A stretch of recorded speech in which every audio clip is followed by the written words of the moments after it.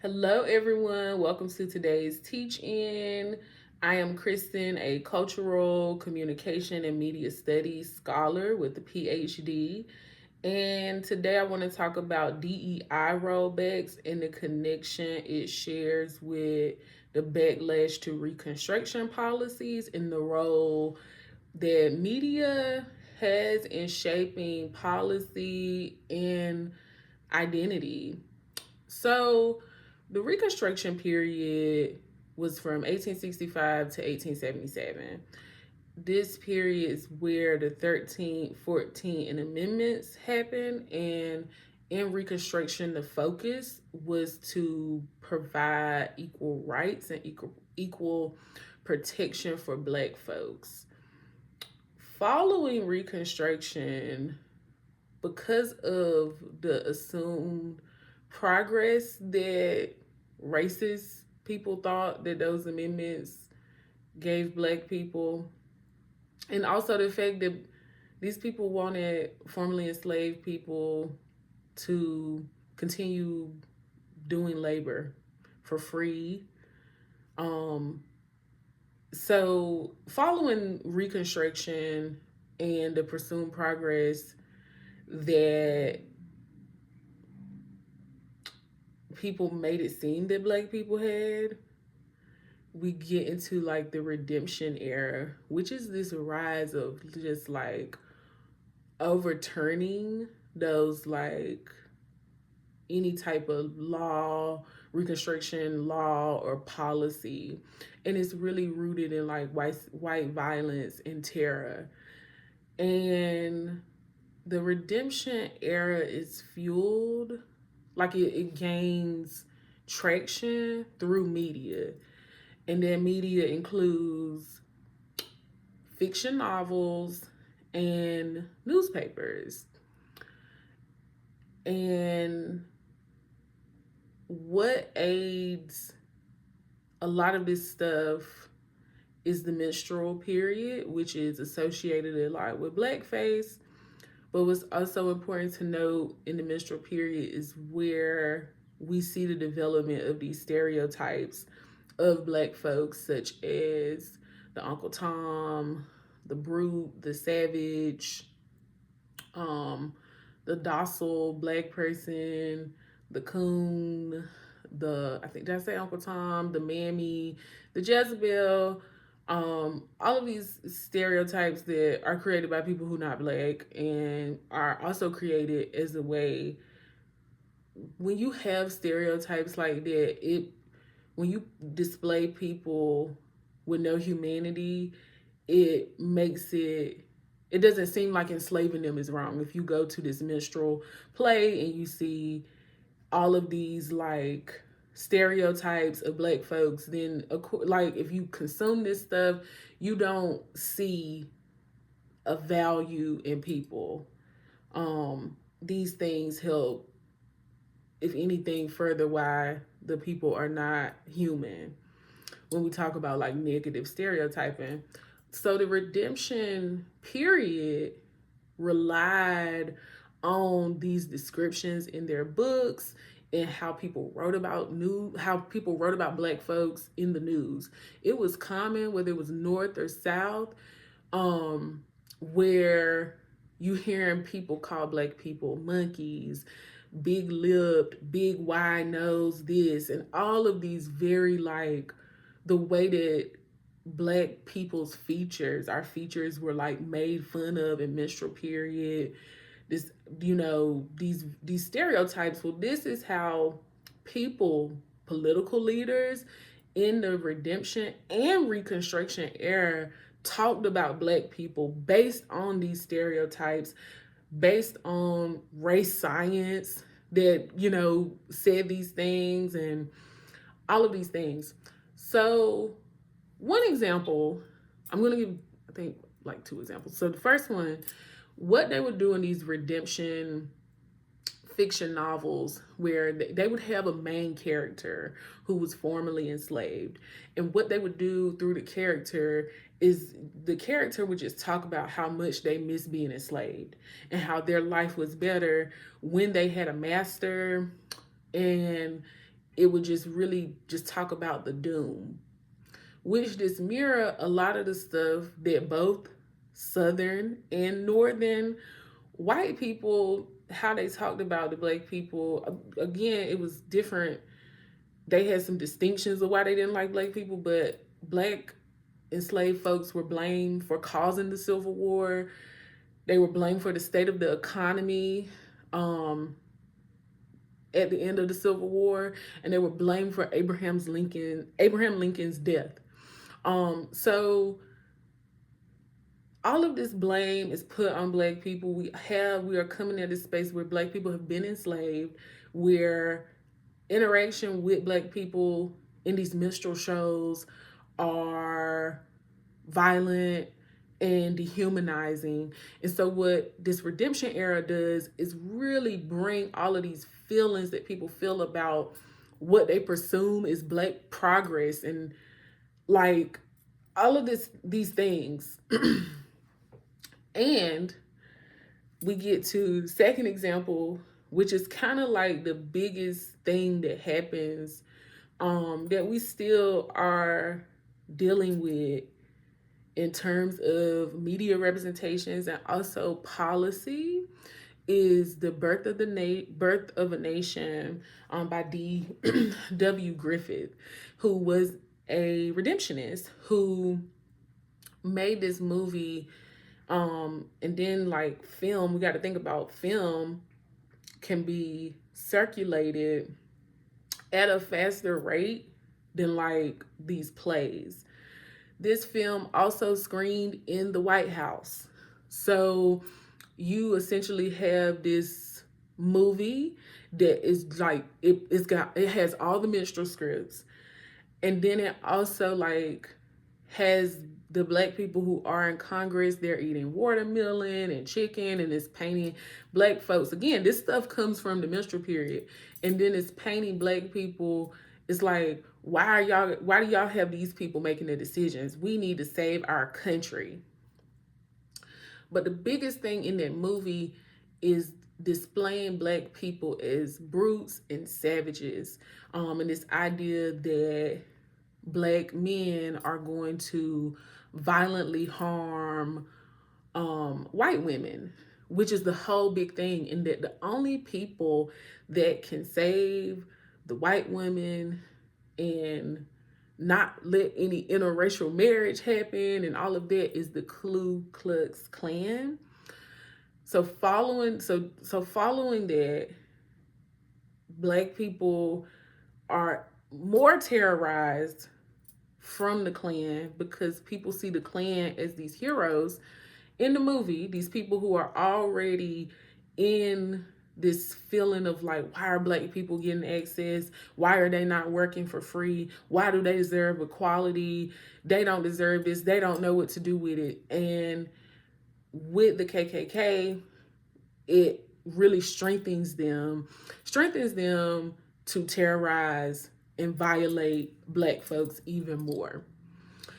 So I was reading these things and it really got me thinking about different time periods where like black people are blamed for stuff that like it's not it's like a structural systemic issue to it, but someone else said it's the fault of black people. And even how sometimes like black people buy into that, oh well, this is our fault because we don't know how to quote unquote act or these things. But I thought about this DEI, how we are seeing, anytime something bad has happened, people immediately blame DEI. The one thing I thought was so interesting in the literature that I read, which I will put in the description, I'll put the books. But one thing I thought was interesting was that all the authors noted that like these people knew this stuff was not black folks' fault, but they knew it's easy to rally people at the anger of black people not being enslaved and not doing free labor or cheap labor. So I got to thinking about DEI and just the multitude of this like aggressive. Now, I'm gonna get to this later in the teaching because there is a conversation to be had about DEI, who asked for it, all of that. But I just want to talk about this from like seeing the government be like, we are against the DEI, we are against anything about that. It mirrors this backlash that we saw in for Reconstruction. And I felt like it's just like this dance, something like people make some type of progress and it's just this anger. So it got me to thinking, what got us? It's a lot of things that get us to this aggressive backlash. And I also wonder, like, we keep doing this dance, like, because essentially, like, the redemption period was about how can we enslave Black folks? How can we get their labor? Or how can we exterminate them if they what's our loophole? We got to get them out of here. Okay, so I want to talk about how we got to DEI. So of course, immediately the DEI stuff happened after the murder of George Floyd. And I was thinking about that, but I was like, but how do we get even to a George Floyd, which, I mean, we can just point to so many reasons why. But I'm thinking about this from a media standpoint. So I go back and I'm thinking about Trayvon Martin, specifically when Trayvon Martin happened and how media was really like we were reacting in real time to what happened to Trayvon Martin. No matter who you were, what you believed or didn't believe, you were on social media saying whatever that belief was when Trayvon Martin happened. So I want to start there and just build us up into some of my thoughts, and then we'll finish with how the construction of Black identity and all of those things. So Trayvon Martin was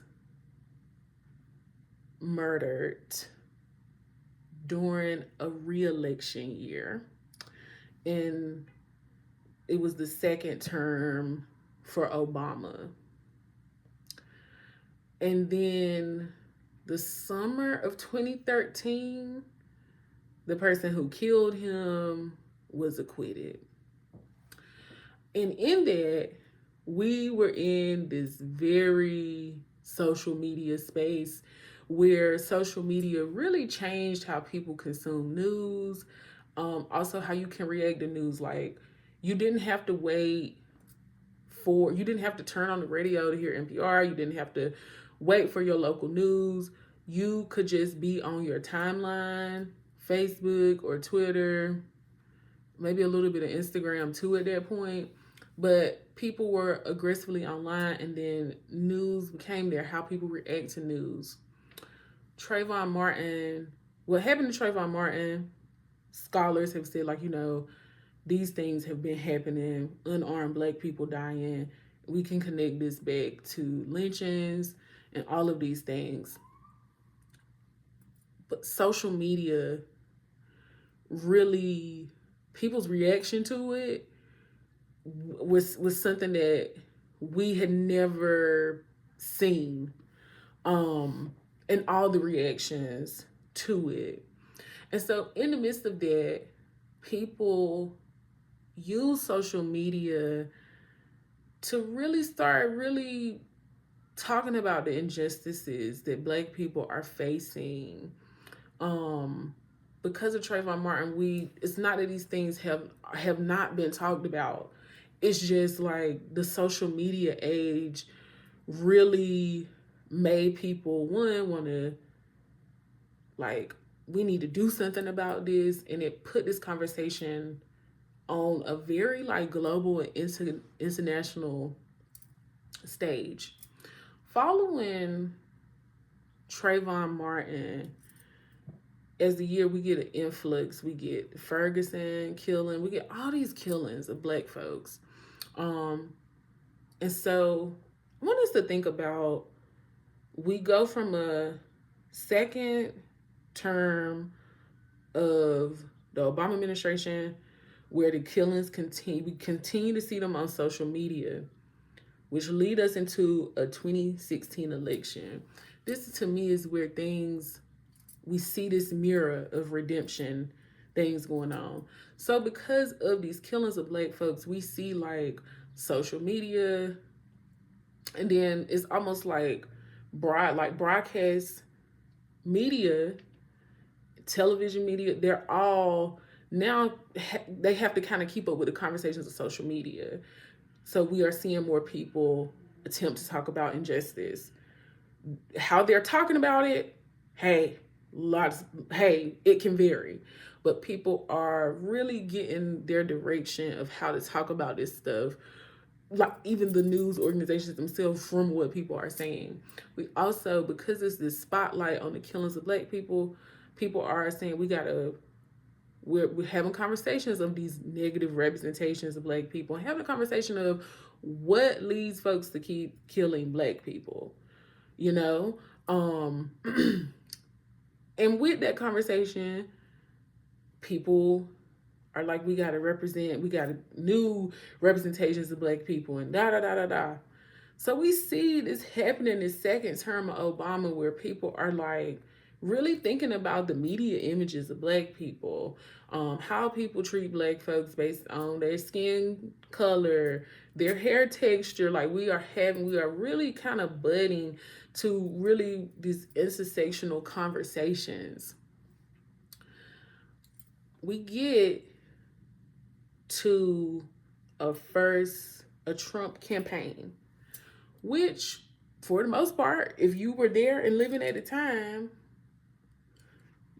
you were like, no way. Like, well, not no way in that way, but like, okay. But the thing that, let's go back to this redemption era, it was just like, we're gonna make America great again, because now we got this influx of people caring about black folks, and people have forgot about y'all, the white people, and we have to reclaim that. Social media's role in that, really, when we think about the influence of social media on the 2016 election, what people believed black people were doing, or LGBTQ people, all of these things, we see social media, we see it influence the conversation. But it was still interesting. So we get to the election of Donald Trump as the first president, and which I say was like redemption, outrage, an example of that. But in that, people are pissed because they're like, excuse me, what are we doing? People are protesting. The killings of black folks are still happening, right?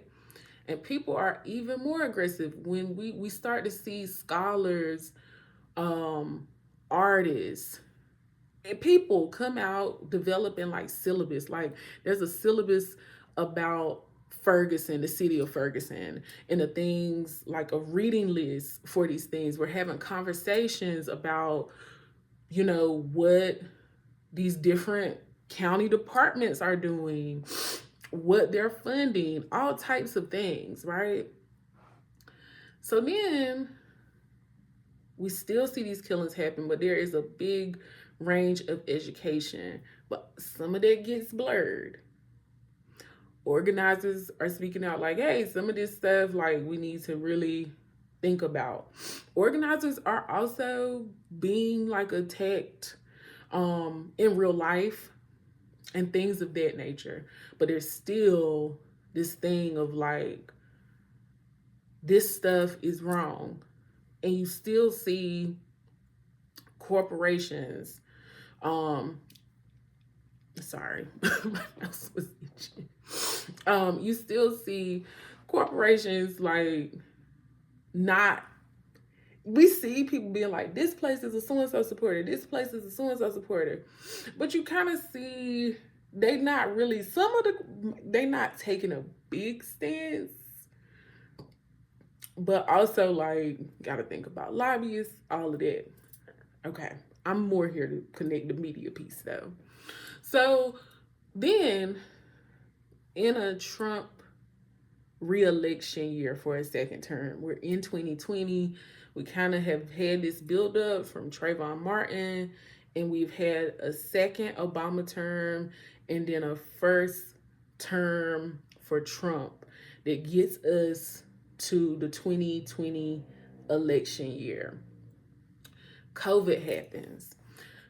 COVID is important because people are still in a way they probably have not been in a long time. George Floyd is killed, and the protests are immediate. Following the protests, is ongoing, really ongoing with the protests, we start hearing this DEI, DEI, DEI. Everybody's DEI in black circles on social media. We see corporations saying, putting up their black profiles. Everybody remember the black square thing that people were doing on the profiles. And in the midst of doing this, we see corporations come in with these commitments to DEI. We see these Congress people with kente cloth on. And like, it's interesting because at the time they start talking about DEI, organizers are talking about free healthcare, student loan debt clearance, all these other things, like, but DEI pops up. That is their answer, not the things. The answer to the death and gruesome murder of a black person is essentially, let's get y'all in here. And we know the y'all is not really black people. And I want to just, I can say this as someone who, like, was, as a, attended some of these things through like work and stuff. When they would have those DEI leader panels, those people were not black. And that's where I'm gonna leave that. But everybody was committed, we're gonna DEI, DEI. And we immediately saw that outlash to the DEI, the woke and all of that. But we get to, we end this Trump second term re-election where everyone's thinking about DEI in some way, And I would say it does impact that election. So how do we get to 2024 with this we back in this redemption dance again is the point that I'm making. And that any pursuing progress is like, we must gut everything. But what is happening now is super aggressive, especially with like what's happening with art, literature, humanities, and the things. But I think to understand the backlash to DEI, Trump's second term is a response to backlash to DEI, but it mirrors this thing that has been happening since the end of the Civil War. And I think we have to really understand that everything is about the enslavement and subjugation of Black folks. And people have been trying to figure out how to enslave Black folks even before we could get our hands on the emancipation. They was already coming up with ways to do this. This is the dance we're in. This is why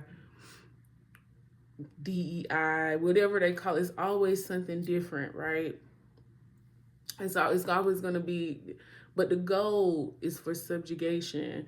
The goal is for you to suffer, for you to be enslaved. And I know a lot of times we talk about enslavement, we can easily think about the prison system, but also the enslavement is you feeling like I got to do a certain profession to even be able to pay my bills. Or what we're going to see soon is the rise of like these work cities. We already see them, but like where people's homes and housing, cars even are attached to companies. This is something that has happened before. These are forms of enslavement. The goal is always figuring out the subjugation of Black people. And because anti-Blackness is so prevalent, people will kind of, they will work with the side of people who, even sometimes the other Black folks will work with the side of people who are against Black folks having rights and protection and equality. So, what does this mean? Let's talk about identity and what happens and how Black folks kind of are constructing their identity and have been dealing with the construction of identity since the end of the Civil War. I mean, even before, but we can just talk about, since this conversation is focused on that. At the end of the Civil War, there was like the concept of the new Negro. The new Negro was believed not to be the sharecropper, the uneducated, the trade. It was like, no, this is the educated, the person that owns a business, the smart Black, the Black who has attended some type of educational situation or institution. And even with, so after, at the time that the redemption stuff is at its peak, we also kind of, the Harlem Renaissance is coming up, and this thing of like fighting these things through our humanities, through our art, through our media.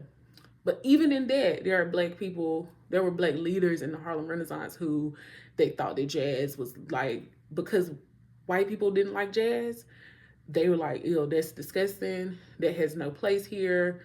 Like, we are presenting the most polished version of Blackness, so that we are not, their mindset was that these people will stop harming us if we give them polished. We know that was not true. But I want to connect that with kind of the outlash, or not outlash, well, backlash, sorry, but kind of this conversation when Black people were like, hey, we're going to stop spending our money at these places. And then we kind of see this Black celebrity and influencer class of people, some, not all, kind of be like, hey, no, keep buying. And that got me thinking about just how like Black identity is so connected to consumption. And even in these periods, I'm thinking about, even in when Reconstruction was happening, there were some Black people who were like, they didn't want to see the Civil War happen in the way it ended either, because like some of the Black artisans, it was messing up some of their coin, because some of their clients were these people who were making money off enslavement. So they were just like, I don't know. Then the role of like colorism playing into what Black people got access and who got to own businesses, and like this idea, like anytime you like this idea of like buying black and all of these things tied to our identity connected with consuming in some way. And it's like it's connected with us consuming or trying to prove something to people who want us to be enslaved and do free labor. And just the reality that black people have always wanted different things. Like the whole collective don't want the same thing. And I was thinking about this in terms of like what we will continue to see in the media as far as how black people are constructing their identities, how identity is embedded within what you consume, and how that can be a sticky slope. And like, what is your identity outside of how much you consume and can spend to consume? Because how is that structurally, gonna help all the things? And I think being vulnerable to have those conversations, empathetic, but also to know that you are dealing with a system that wants you enslaved. So, and I think it's just thinking about those things. So, this is going to close our teaching for today. Let me know your thoughts, how you feeling about this.